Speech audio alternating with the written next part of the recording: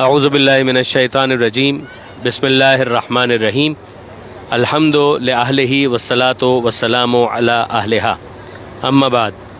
تمام ناظرین کی خدمت میں، سامعین کی خدمت میں ایک مرتبہ پھر سلام علیکم ورحمۃ اللہ وبرکاتہ۔ ہم ابھی بھی مدینہ منورہ میں، اور آج ہم لوگ آئے ہوئے ہیں مسجد قباء۔ یہ بیک گراؤنڈ کے اندر آپ اس مسجد کو دیکھ سکتے ہیں۔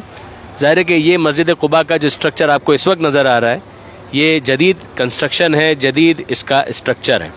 پیغمبر اکرم صلی اللہ علیہ وآلہ وسلم کے زمانے میں جب اس مسجد کو پہلی مرتبہ تعمیر کیا گیا تھا تو یہ کنسٹرکشن بالکل سادہ تھی، اس کی چھت بھی نہیں تھی، اور سالوں تک یہ اسی طرح سے رہا کہ اس کی چھت نہیں تھی۔ پھر بعد میں چھت بنائی گئی، پھر اس کو ایکسپینڈ کیا گیا، اور اس وقت یہ موجودہ کیفیت کے اندر موجود ہے۔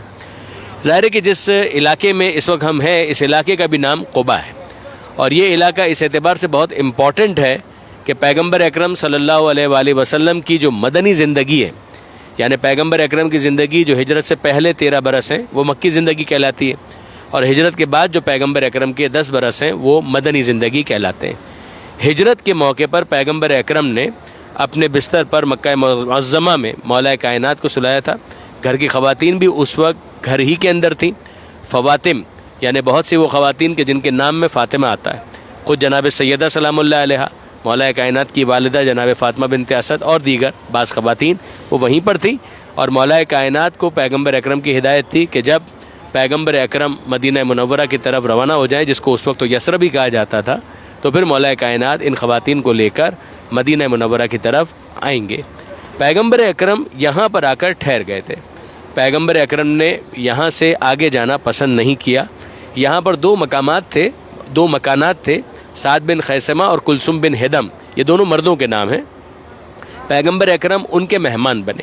انہوں نے پیغمبر اکرم کو چند دن یہاں پر مہمان رکھا تھا، اور پیغمبر اکرم کی خاطر مدارات کی تھی۔ پیغمبر اکرم سے جب یہ کہا گیا کہ یثرب آپ کا منتظر ہے، آپ کا شہر آپ کا منتظر ہے، تو اللہ کے رسول نے یہ ارشاد فرمایا تھا کہ میں انتظار کر رہا ہوں۔ کن کا انتظار؟ مولا کائنات جب گھر کی خواتین کو لے کر یہاں پر آئے ہیں تو بہت زخمی تھے، اس لیے کہ راستے میں مولا کائنات کو چیز کیا گیا تھا، گھر کی خواتین کو انکلوڈنگ جناب سیدہ سلام اللہ علیہ، سفر کی صعوبتیں ایک طرف اور زخمی بھی ہو چکی تھی۔ تو یہاں پر آ کر پیغمبر اکرم نے جب ان کی کیفیت دیکھی، آنکھوں میں آنسو آئے، استقبال کیا، سینے سے لگایا، اور پھر اس کے بعد جب پیغمبر اکرم یہاں سے جانے لگے تو یہاں کے لوگوں نے یہ خواہش کی کہ اللہ کے رسول کیا ہی اچھا ہو کہ آپ کوئی نشانی ہمیں دے کر جائیں۔ تو پیغمبر اکرم نے مسجد کو بطور نشانی یہاں پر قائم فرمایا۔ یہ اس اعتبار سے عالم اسلام کی اعلان رسالت کے بعد پہلی مسجد ہے۔ مسجد نبوی بھی بعد میں بنی تھی، مسجد الحرام اعلان رسالت سے پہلے سے موجود تھی۔ یہ مسجد پہلی مسجد ہے کہ جو یہاں پر تعمیر کی گئی، اور بڑی سادہ سی کنسٹرکشن تھی جیسا کہ میں نے گزارش کی تھی۔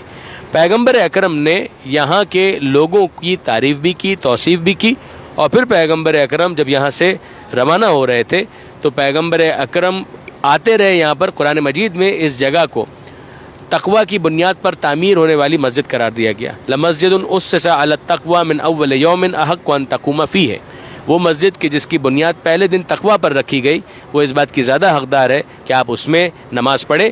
مسجد زرار کی مذمت کی گئی، یہ سورہ توبہ کی آیت نمبر 108 میں آپ کو مضمون مل جائے گا۔ پیغمبر اکرم بعد میں بھی سیٹرڈے اور منڈے کو، کبھی سیٹرڈے کبھی منڈے، کبھی پیدل کبھی سواری پر یہاں پر آیا کرتے تھے، اور یہاں پر لکھی بھی حدیث موجود ہے کہ جو یہاں پر آئے گا اور طہارت کے ساتھ آئے گا اور 2 رکعت نماز پڑھے گا، کان لہو کا اجر عمرہ، تو اس کو 1 عمرے کا ثواب ملے گا۔ یہ کچھ باتیں مختصراً مسجد قباء کے بارے میں۔ اللہ آپ کو ہم سب کو یہاں آنے کی اور عبادت کرنے کی توفیق عطا فرمائے۔ وآخر دعوانا ان الحمد للہ رب العالمین، والسلام علیکم ورحمۃ اللہ وبرکاتہ۔